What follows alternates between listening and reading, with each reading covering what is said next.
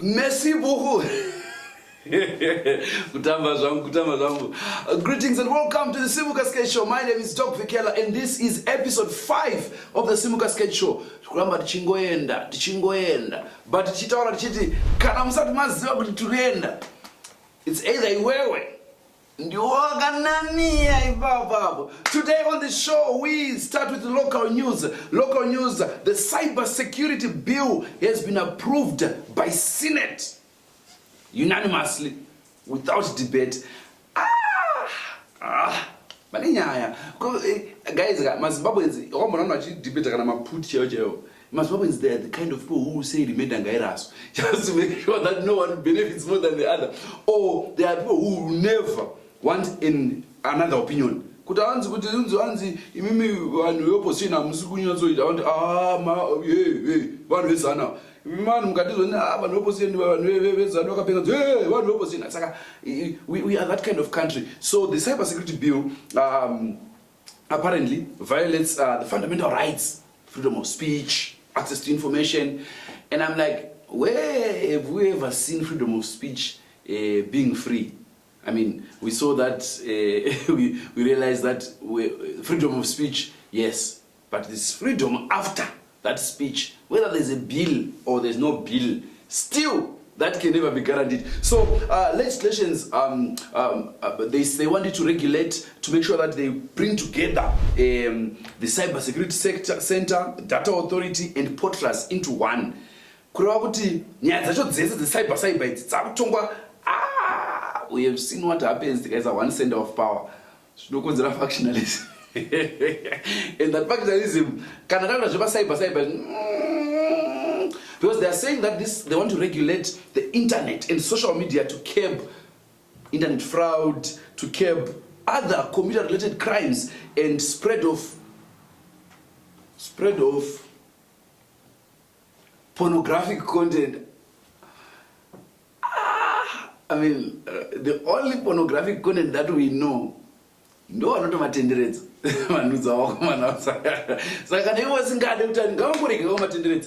Guys, panakambokanda manuzi pa internet. Oh, baby, oh, they mean porn. Yana XX, you know, she make site. Sorry, Gani, you know, she said, you know, Brazers. You know, So concern is also on the measuring of these three departments. What did she? Oh, okay. So concern is on the measuring of these three. Yeah, I think this bill should come.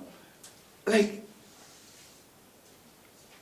okay. So Tabani Moyo, the Zimbabwean director of MISA, said that these organizations need to be separated so that we don't make people's data vulnerable. And I agree with him. So in that light, we have invited into the studio the cyber bully and leaks and securities expert to come into the studio and share with us their position in terms of this cyber security bill that sailed with no debate in Senate.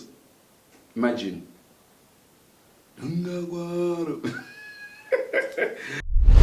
Welcome to the show, sir. So, we understand that you are a cyber bully and leaks expert, with your expertise going for over 20 years in the industry. And now we have the cyber security bill that the government is trying to it has already sailed through Senate.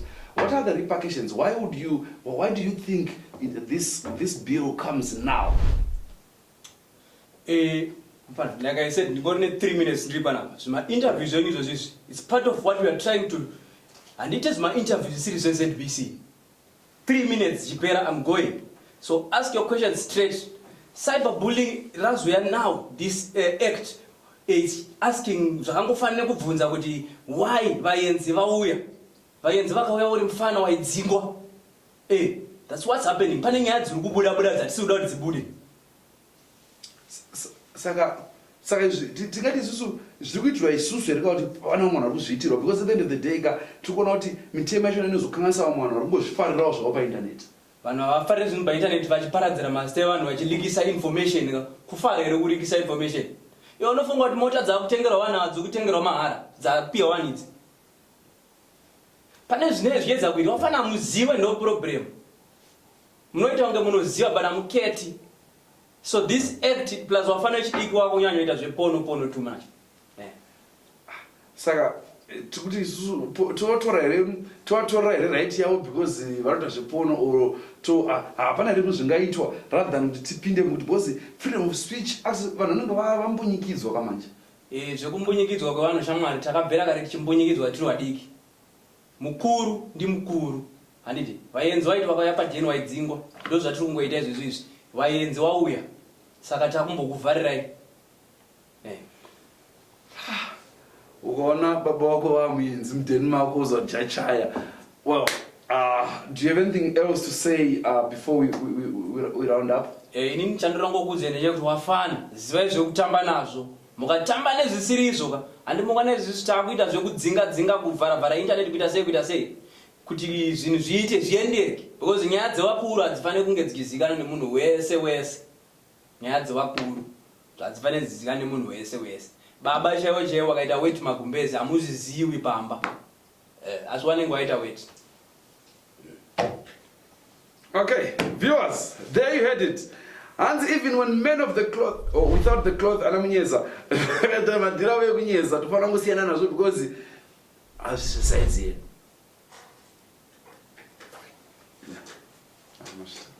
3 minutes asadza kwana zvadzo weekends to continue. Hey, yeah, muda changa yapera. All right. Next fine.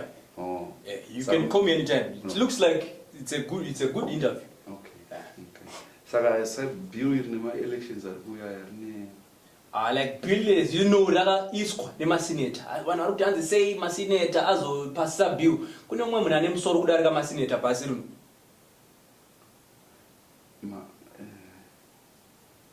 Alright. Saka vanhu vakabingira vabvunzwa nezvazvo before. Ma senator vasiwamhere. And the majority. Majority of the senators in the parliament vakatobvuma vakati riripo. They represent the majority. Right. How much was? Yeah, 20 years experience. I can show you my CVs. Yes. Yeah, if you want. Okay, thank you so much. Thank you so much.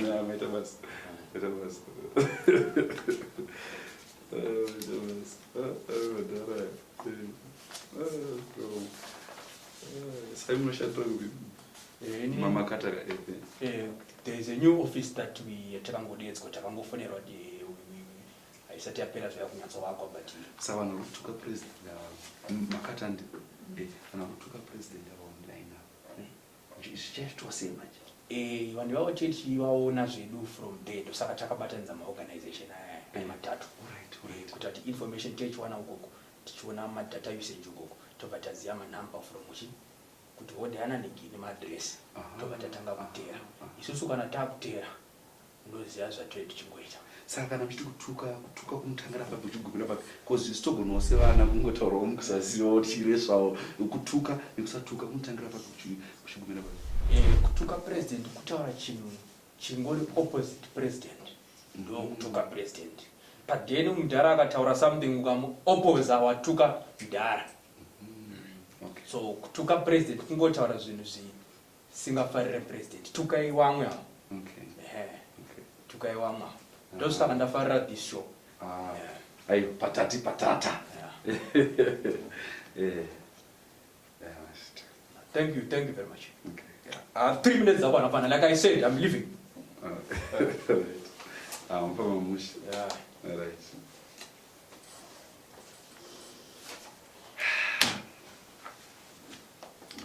Ndo anonzi masinamba kuti zvinji vanonga vari wamasutu vakachena unoiona pinguva yekupechena yoida kuputitsa vanhu mega sinamba vanonotengesa airtime pakona ndo sinamba sinamba munhu anenge achichinja itengesa majuice cards parobot pasinamba zvakaoma. Alright guys, moving on with the show, we move over to international news where we cross our borders and we fly. Okay, this time it's really topsy-turvy. You try to fly and then with all the deporting that is going around, you never know what international is until you get to go international. So sometimes international is in the name.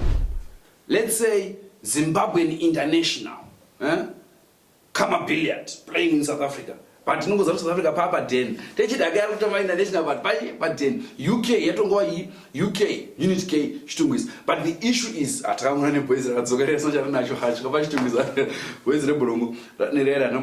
so this week news broke out that stale sugar was found in Kenya. It was exported from Zimbabwe to Kenya some time ago, few years ago, and now it was in a warehouse where it has gone bad and they want to burn it, to destroy it. And we are saying, I don't like it because I'm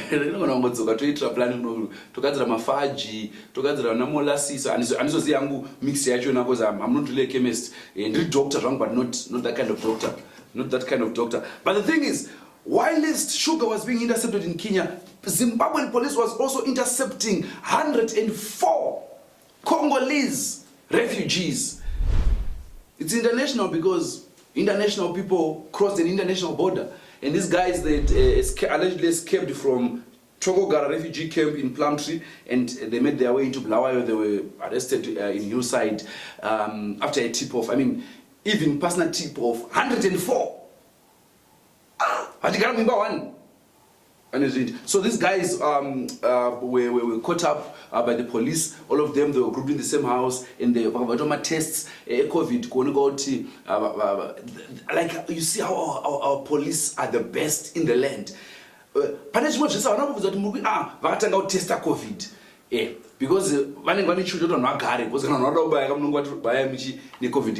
because of that, we realized no, this issue is even beyond reproach. It's beyond our imagination. We wanted to cross over to go to Kobulawayo and interface with these refugees because we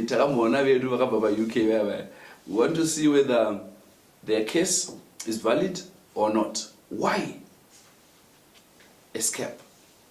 And was it worth it? Let's cross over to Kobulawayo, where one of the refugees was interviewed by our correspondents. Good morning, Mama. Morning. Fine. I wanted to ask, so how are you feeling with the recent captures from the deportation? I was hoping and expecting that we as the DRC population, the Zimbabwe will accept us.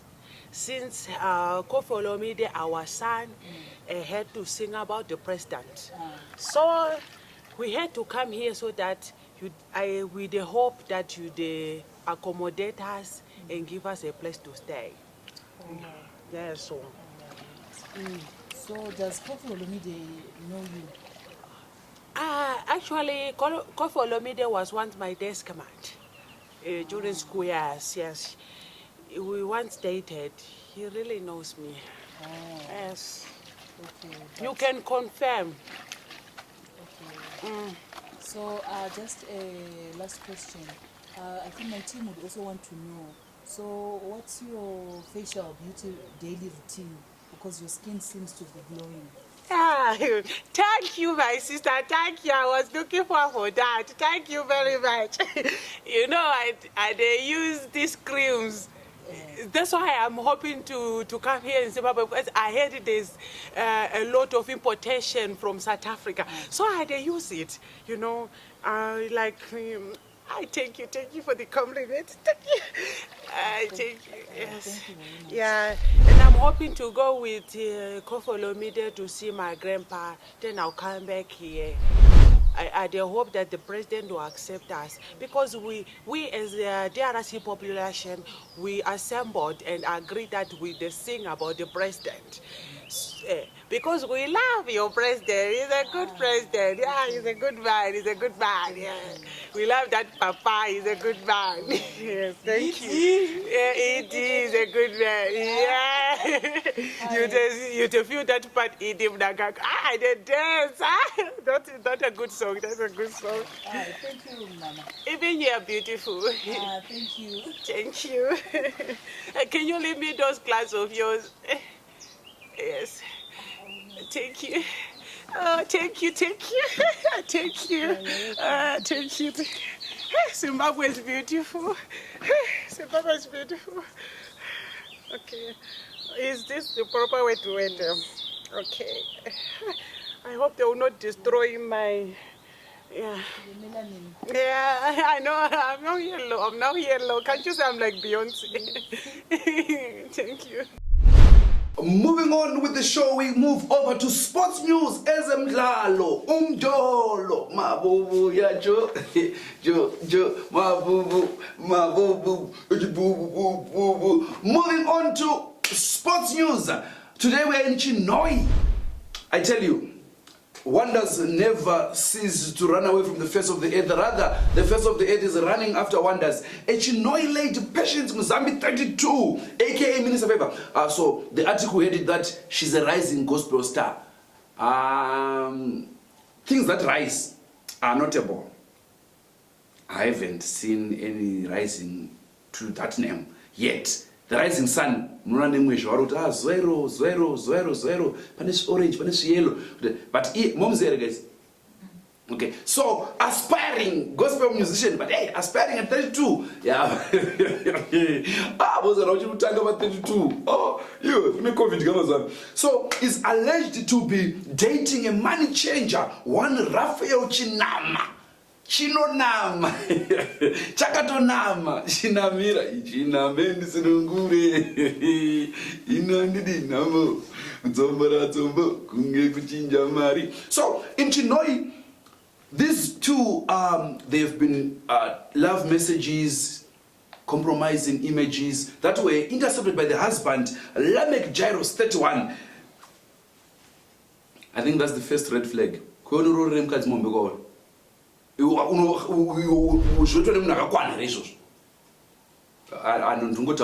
just saying.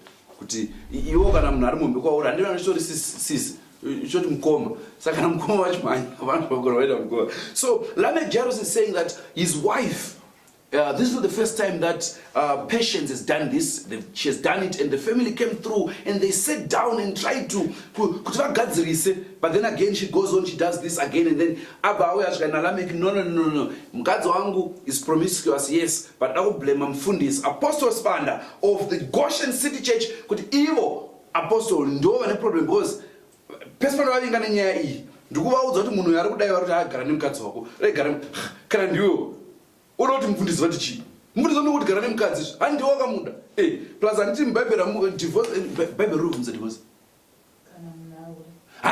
saka pane nyaya hanzi kana munhu achinge abuda kuenda kunze bhaibheri rinobvumidza divorce. Apostol vakati samuramba ramba uri ipapo unonamira ipapo iwe apa pana chinama chinama chiri kunama iwe onamira ipapo. And we say to ourselves, but why is it that in this story Raphael hasn't said anything? Our news crew went out like sniffer dogs that they are, and to give him nothing but the best. We caught up with Raphael Chinama to hear his side of the story. Patience said, yes, we've exchanged love texts. Yes, I've sent you pictures. Yes, we've taken pictures together, but I've never slept with you. Saka. The point is not sleeping here. The point is, and also, Panazubata Anguti Patience knows what she's doing, but both she says, Murumo yakamoni uriro. Saka ikuti ngamuzo chinda seo kata kumuriro. Waruma nazo vachiura asikana vakadzi vakurenga dash. Oh. Fetere. So we cross over to Chinoi. Today, our news reporters are sniffing news from all the corners of the country. We go over to Chinoi, where we met up with Raphael Chinama. Takachenjera Chinama chibaba. Tikati how far? Lanzununami baba. Tizo kuti zvakafamba sei? Vakadya here. Kana kuti pakadyiwa munhu. Because munongoziya zvetrasho. Kana ana osipateleni ovunza. Hi, Budi, hospitalen, Mama, hospitalen. Hospitalen. Imagine, every day, the woman walking past the money changer, him asking, hey, hospitalen. Budi makadini? Inde. Tumbo kutika mungotipo just your side of the story, mungot comment how about nyaya yakaitika on how you and the prophet destroyed a marriage. Yes, insist. Tina starts destroy every day. We destroy. Tina we are people who are destroying yabona. And wes mga sangana nemasina no involve a church. Wazi. Izinto zakho zininga ziri blessed. Nyaya dzese zori kusangana nazo ndezonyepa izi. Vanenge vachinyeba wana. Abantu balamanga abantu manga. Mina ngusiphatheleni sister, you know. Every time when people come to me, if hey brother sphatheleni. What vigire. Saka inini angouya kandivigira. Inini semuna nofara zvekupatisa nekupatela yeah. Saka musikutonyara kuti maitoda nemukadzi wemunhu. Shamari kune mukadzi wembwa here kana mukadzi wemombe kana mukadzi shamari kana munhu asina ring cha akauya asina ring saka ndoti sei inini mari yangu inofamba nemaring mandandi ring iye akauya asina kana ring so what was that supposed to do saka imimi na prophet maitodana nemukadzi wedu muri two. It's not exactly that, sister. I understand. It's confusing. I'm now in the forefront. It's because of my surname. You understand? Chinam. It's not Shona. Understand? Chiname. It's not Shona. Chinama is not Shona. Understand? It's Ndebele, meaning ukubambelela ukunamathela sinami not inshona inshona if it was inshona yes ndayinagara njingomnama but then it's in chiname yeah semuna anochinja mari like this iyakanamira kwandiri because inini toita mabasa echurch chinja mari dzekuchurch maita basa ndatsi rate iri pashi asi muda kuchinja yeah nasi tikuita zvema 150 kokutenga noda kutenga maUS titengese maUS but next time sister kana muchiuya panapa right please bring information that is nice why is it because semunhu anochinja mari so if you publicize kuti nini ndinongonama vakazi vevanhu I'll lose business. It's not good for me. The government knows kuti isusu tiri vanhu vanogara mustreet todile nevanhu mustreet. Church knows it. You understand? Saka isusu we can't really go through all those things. Muchingoti ndiri chinami. It's not nice. Alright, cool. So what about my pictures and my texts akabuda? Are you not ashamed, manje? Do you think VP Mohadi was ashamed? Huh? These things are happening every day, sister. It's just panapa road, panapa we meet all these things every day. Those pictures are not mine. People doctor things. I not doctor my things, pansa. I'm not saying that. I'm not confirming neither denying. Business is really it needs discreet. Saka I still want clients. A group piece of guys. Also, that's how you get your clients to send around my pictures in. Shamar, kana munhu achida kupatiswa au kupuwa masini chi. Isusu chongo kupa. Isusu red race tokupa isusu. Group piece of guys mbotsvaka munhu okunetsa. Now moving on to the commercial break. Magezaina. Ndipo gwenya. Ndipo zvakaoma.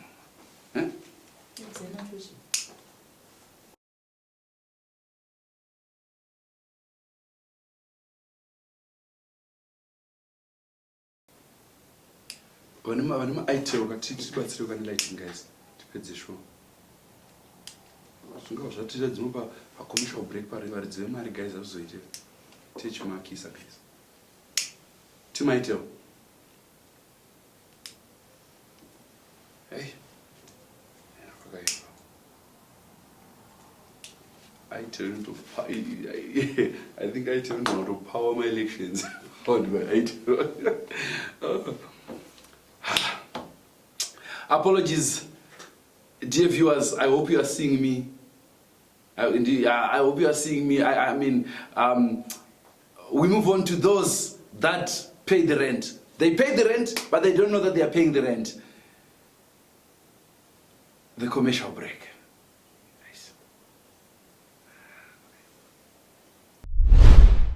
Fama Murima, Fama Murima, I'm just a young girl. I know some life. Never know Murima, because of Murima. Fama Murima, I'm just a girl. That don't mean I'm learning jungle. To the one as zero. Let's come and get some island. I don't want to cheap a lily. For the actual Gosala Polo. So I'm not shit and say. Fama Murima. The Fama Murima, Fama Murima, the Fama Murima, Fama Murima, Fama Murima, Fama Murima, Fama Murima. Hey, I'm just a Murima. I'm Fama Murima. Fama Murima, Fama Murima, Fama Murima, Fama Murima, Fama Murima, Fama Murima. Fama Murima, Fama Murima, Fama Murima, Fama Murima, Fama Murima, Chato Banyama, because Murima, and down the bate, Fama Murima, Fama Murima, Wapusa, Bagetsa Kayenda, Fama Murima, Fama Murima, Fama Murima. Fama Murima, Fama Murima. My advice.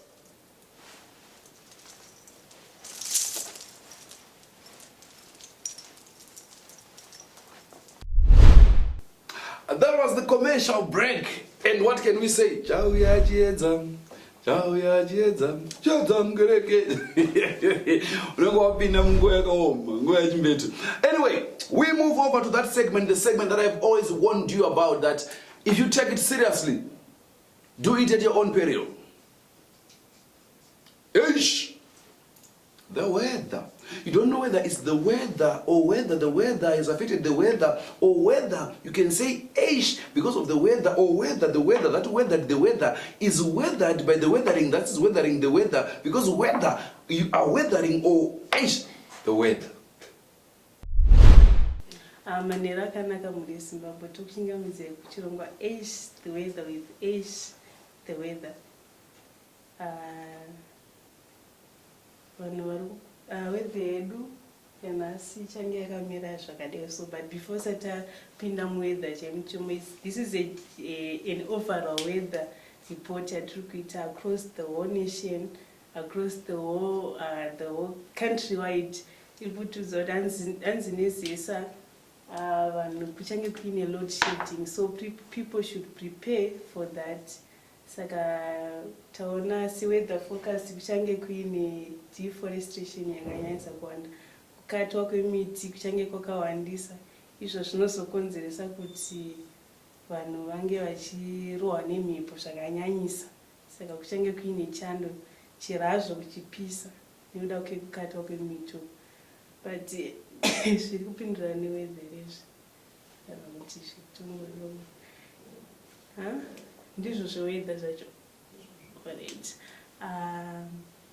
Kuita zvekare, but however the government has introduced a law yekuti hanzi miti isakatwe, kusetwe deforestation, but still kuti zvichange zviita sei pamwe. I think weather yedu yakutocontradicta, but still pane vamwe vanhu vatongogara vanotongoshandisawo moto chero magetsi achona aripo. I think deforestation yanga ichitongoitika kubvira nakubvira nzvimbo dzakaita seGlenview, Budiriro, This extension, records an extension, even Chitungis. Unit chinyanya kushandiswa. Wanyanya kushandisa moto, even yangu magetsari kunoona unachisa moto. Unisha utano, arikuesere moto. Mambo zono, kuti magetsari unoona uchingoisa moto, magetsari turipomba amakatingwe. Badza moto. It doesn't make sense. Load shedding, I think it's a lot load shedding. But anyway, try no shine this.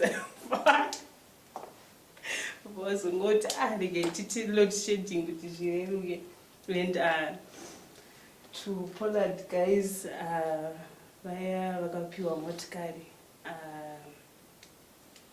Inyechi ma Pollard guys. Inyechi pressure yana wachenga wachipinda motkari dzao. Nemapotosa mimi tuzvigendera napapi natsuzvinzisa wedha yachona ndezvewedha izvozvo kati ndokumbokudzwa chaizvo tudziwe chaizvo ini zvandikuziva ndezvekuti anzi the Pollard guys vakapiwa motikari handiti saka izvo wedha zviri kuendera napapi newedha izvozvo kuti vanhu vanenge vachipinda motikari dzavo vakawanda vaimboenda mumasupo yavavo ndizvo akati motanga mandudzi. You never know kuti padyiwa dzemarema here kana kuti marema adyiwa. But anyway, that was the weather, and I've been Dr. Fikela. Like I always say, ukazamira zvakanaka unonamiya ipapapo nama iwe. So until next week, bye bye from me. But before I leave, I will leave you with the stuck exchange. You never know whether you're stuck, and you never know whether you are in a supermarket, and you're stuck. It's part of life. You never know. You vote for the wrong party. You also realize that you are much poor. You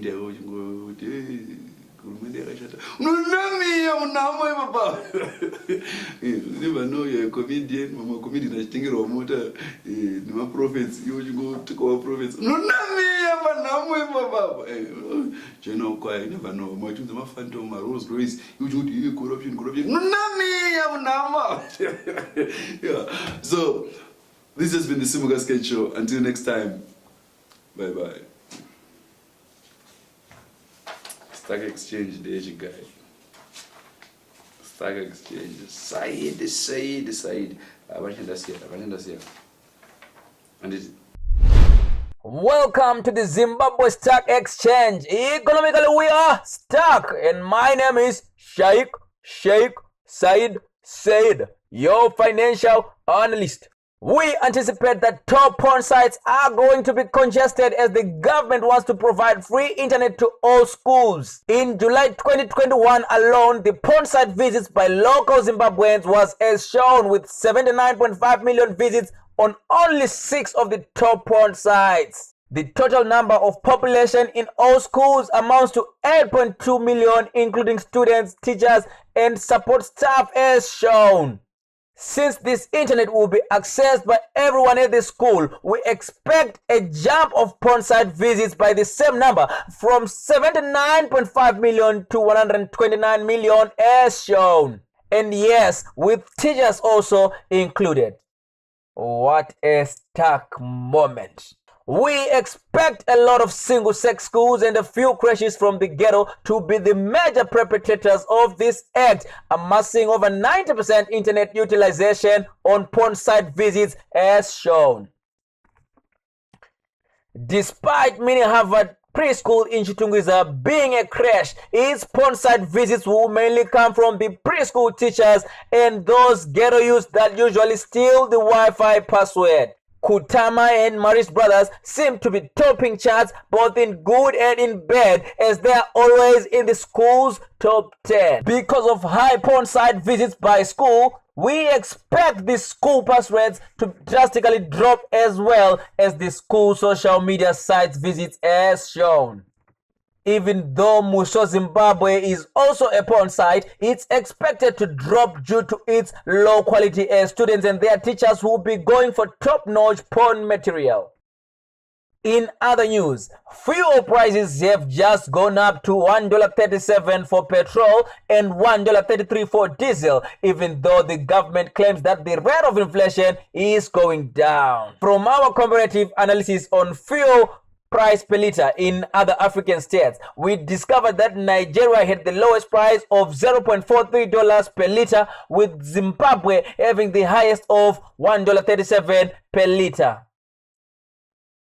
Zimbabwe's fuel is mainly expensive because of our potholes that require more fuel to maneuver, hence more demand. A lot of Zimbabwean men and politicians need to visit their small houses first before going home, hence increased demand for fuel and hence the price increase. In our basic commodity analysis, we anticipate increase in candle prices due to load shedding. Prices for morning afters and condoms are also expected to go up as demand is now high, since people now have the guts to buy them without fear of being noticed, as their masks will be covering their faces. Small houses, child marriages and patati patata continue to rise. Police bribes still remain at $10 without negotiation. This has been the Zimbabwe Stock Exchange. Economically, we are stuck. And my name is Sheikh Said, your financial analyst. Naiwe mrora, kana uchiroya, kana uchizoba, chenjera kurowa nomupi.